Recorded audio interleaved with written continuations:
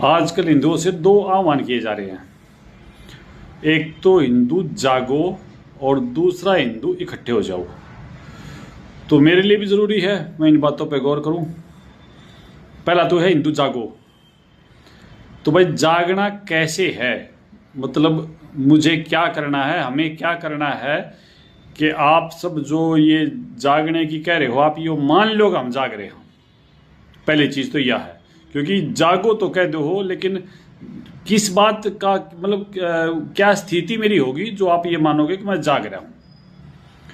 अब रही बात, मैं जिस तरीके से सोचता हूँ वो ये है कि भाई हमारा तो ना पानी चढ़ रहा था सारे तकरीबन जितने भी गांव थे आसपास के, और हमारी जो फसल थी धाना की वह ख़त्म होगी, उसमें कुछ बचत वाली बात नहीं रही, बहुत नुकसान हो गया। हम किसान ना कहे और हमने हिंदू भी कह लो, भाई हम हिंदू भी हाँ, किसान भी हाँ, हम इंसान भी हाँ।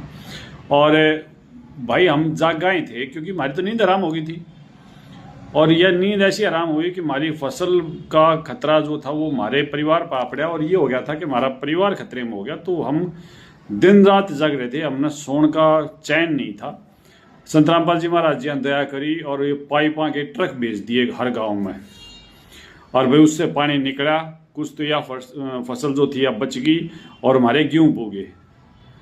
और ईब हम हमारी सलाह थी हम चैन तो सो जावा, क्योंकि गेहूँ बोगे 20-25 दिन पानी वानी का कोई काम नहीं है।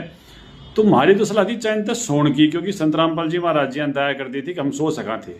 जाग तो हम रहे थे, और जब जाग रहे थे, जब कोई बजरंग दल कोई विश्व हिंदू परिषद आया नहीं देखने कि भाई तुम जाग क्यों रहे हो, तुम सोते क्यों नहीं, हमारा तो दिन रात का चैन खत्म हो गया था। और दूसरी चीज़ भाई तुम इकट्ठे हो जाओ। भाई इकट्ठे तो हाँ, हमारे शहर में भी 99% हिंदू हैं, 99.9%, हमारे गांव में भी 100% हिंदू हैं। मतलब कि इकट्ठे हो जावा, कौन सी जगह पे इकट्ठे हो जावा, और इकट्ठे होकर करना की है। मेरे तो ये बात समझ नहीं आती, दोनों की दोनों बात हमने तो ऑलरेडी कर रखी थी, और करे पाछे अब दोबारा फिर इकट्ठे हो जाओ, इकट्ठे करने खातिर दिल्ली से यात्रा करी वृंदावन, इकट्ठे हो जाओ। अरे इकट्ठे हैं, एक ही शहर में एक ही गाँव में इकट्ठे हैं।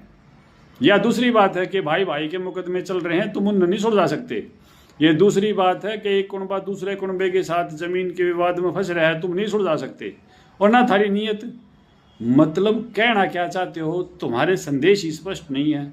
भाई मेहरबानी करो, अगर तुम्हारा उद्देश्य किसी एक दल को वोट देने का इकट्ठा होना है तो वो नहीं हो सकता। तुम्हारा उद्देश्य किसी एक कौम धर्म के खिलाफ